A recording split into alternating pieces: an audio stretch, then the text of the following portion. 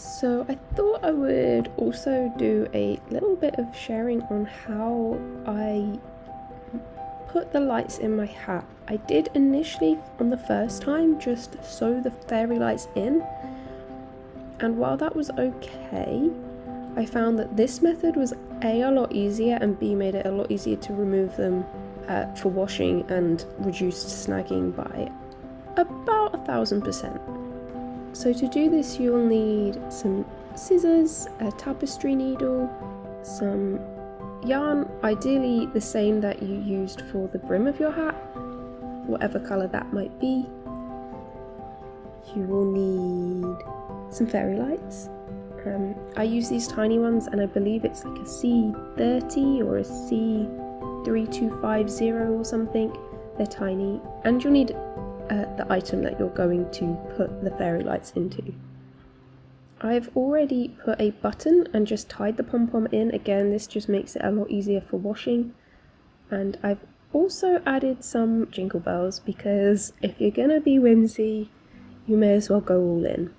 So I just started by cutting a few short strands, and all I'm doing here is using these to tie the brim up. Now I didn't want to sew it because I'm not sure if this is going to be for me long term or if it will be given away, so I like the idea of being able to adjust the brim, and find that in the past this method has been ample, and it means that you can actually tie in the battery pack and it's secure without any other fuss.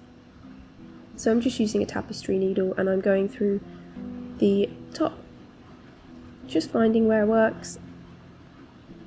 So just finding where it works, I'm just going through and making sure I have two ends at the back to tie in a knot, and you could use just a bow so it's very easy to untie, or a double knot like I did, which I find is very secure and it's easy enough to just snip off if you want to.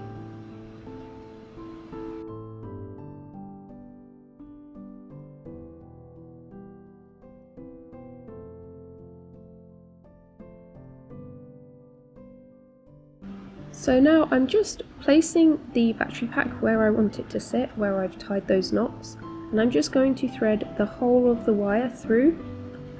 You could leave it so that the excess wire sits in the brim of the hat. I chose not to just because it's easy enough to finick it so that the wire sits inside nicely, but just make sure it all sits nice.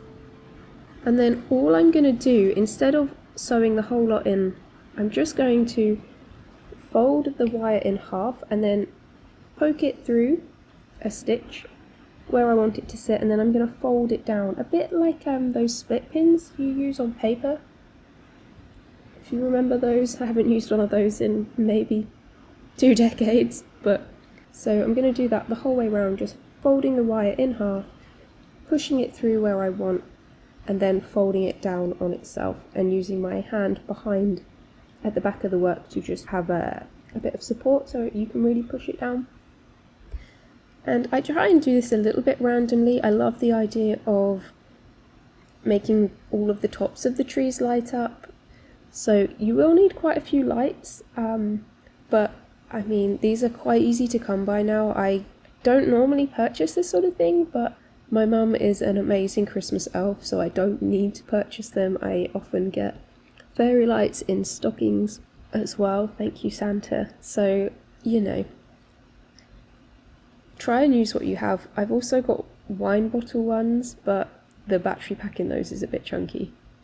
But yeah, that is it. That's all I do, and it just means that when you come to undo it, you can undo them quite easily. And they do stay secure. I haven't encountered any snagging in my hair yet, but that might happen. So they're kind of the warnings that I can give you.